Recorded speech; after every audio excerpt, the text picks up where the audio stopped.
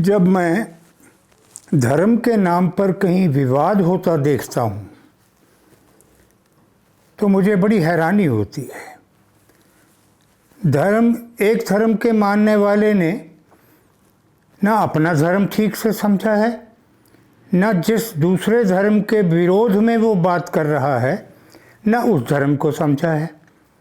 धर्म को समझने के लिए धर्म के आदर्श जानना पड़ते हैं, धर्म के सामने जो उद्देश्य है उसको जानना पड़ता है। वो धर्म ग्रंथों से पता चलेगा। धर्म ग्रंथ पढ़ते कहाँ हैं लोग? अब अगर पढ़ें तो देखें कि सारे धर्मों का परमात्मा तो एक है। हिंदू कहते हैं एको ब्रह्म द्वितीया नास्ति, ब्रह्म एक है।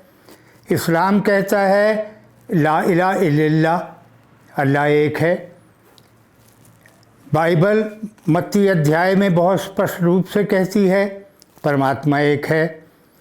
यहूदी और पारसी जो हैं ये यहोवा परमात्मा को एक मानते हैं। तो जब सबका परमात्मा एक है तो फिर विवाद किस बात का है?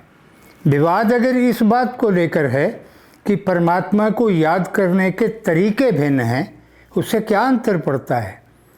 कोई आदमी हाथ से खाता है, कोई आदमी चम्मच से खाता है, कोई आदमी हाथ में पकड़कर काट कर खा रहा है दांत से। तो क्या उसका खाना दूसरे खाने से भिन्न हो गया है?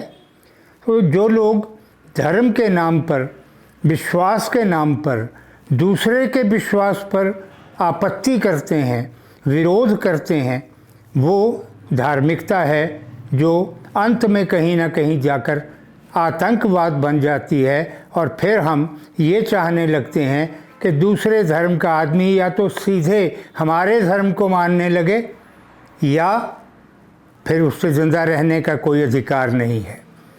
ऐसी स्थिति में, ऐसी मानसिकता में हम कभी इस संसार को एक परिवार के रूप में देख पाएंगे क्या? सर्वे भवन्तु सुखिनः कभी हो सकेगा? सिख कहता है सर्बत का भला। वो सर्बत के भले में तो सारे संसार के लोग आ गए, उसमें हिंदू, मुसलमान, सिख, ईसाई कहाँ आते हैं? तो अगर हमारा आदर्श धार्मिक होना है तो फिर धर्म को समझना पड़ेगा, धर्म को जानना पड़ेगा, धर्म के आदर्शों को जानना पड़ेगा। क्योंकि हिंदू का अर्थ उपनिषद में वो व्यक्ति है जो हिंसा से घृणा करता है।